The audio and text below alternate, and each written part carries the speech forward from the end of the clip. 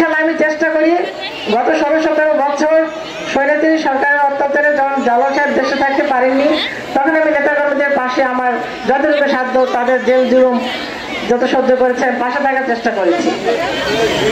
এটা আমার দায়িত্ব এবং ভবিষ্যতে ডক্টর মোহাম্মদ জালালউদ্দিনকে যদি আপনারা ধানের শীষে ভোট দিয়ে জয়যুক্ত করেন এবং আপনাদের এলাকার উনি যদি প্রতিনিধি নির্বাচিত হন, তখন ইনশাআল্লাহ আপনাদের পাশে আমি অবশ্যই থাকবো।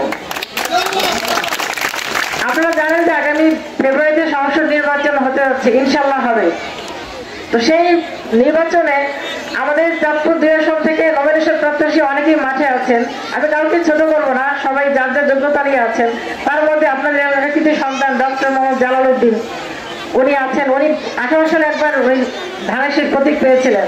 তখন তো নির্বাচনের ভোট দেওয়ার পরিস্থিতি ছিল না, অবস্থা ছিল না। আপনারা কি ভোট কেন্দ্রে যেতে পারেননি, ভোটও দিতে পারেননি। গত 3টা নির্বাচনে ভোট দিতে পারেননি। তো এইবার যদি ধানের শীষ ইনশাআল্লাহ তার হাতে আসে এবং আমরা শতভাগ আশাবাদী, এবং আশা করার পিছনে আমাদের কিছু কারণও আছে, সেটা আপনারা জানেন যে জনপ্রিয়তার দিক থেকে এবং দীর্ঘ 16-17 বছর ধরে উনি মাঠে আছেন। উনি তো আসলে উনি ব্যবসায়ী ছিলেন, ব্যবসায়ী ওনার তো কাজ আসলে ব্যবসা নিয়েছিলেন, কিন্তু উনি এখন সম্পূর্ণ মনোনিবেশ উনি রাজনীতিতে দিয়েছেন। এবং আমি মনে করি যে রাজনীতি অত্যন্ত কঠিন একটা কাজ, কারণ জনমানুষকে নিয়ে কাজ। প্রত্যেকটা মানুষের মনের ভিতরে ঢুকে তাদের মন জয় করা কিন্তু চারটিখানি কথা না, এবং সেই কঠিন কাজটাই কিন্তু উনি করে যত্ন করে ওনার যা লাগে সব টেক কেয়ার আমি করি। যেখানে যখন উনি আসেন সভা সমিতি করেন, আপনাদের সাথে হাঁটি মাঠে যখন ঘুরে বেড়েন, তখন কিন্তু ওনার কষ্ট হয়, কিন্তু কষ্টটা উনি হাসি মুখে মেনে নিয়েছেন। ওনার জনগণের টাকা বা দুর্নীতি মেরে খাওয়ার কোনো প্রয়োজন হবে না।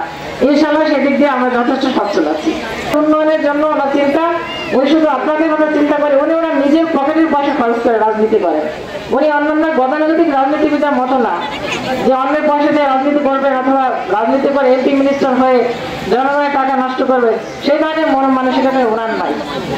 ওনার সহধর্মী হিসেবে আমি তো জানি, আজকে উনি এই সবার প্রধান অতিথি, উনি আমার ঘরের প্রধান অতিথি।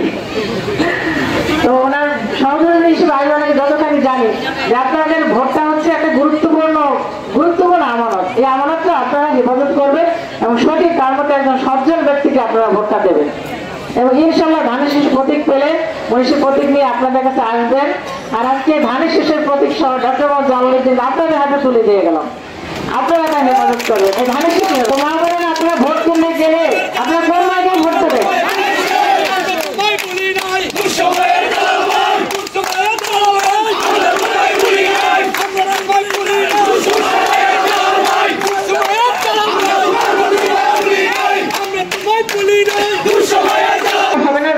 জালালউদ্দিন যদি এই এলাকার উনি সংসদ সদস্য নির্বাচিত হন, আপনাদেরকে ফুলের টাকা দেওয়ার মতো কারো সাহস হবে না।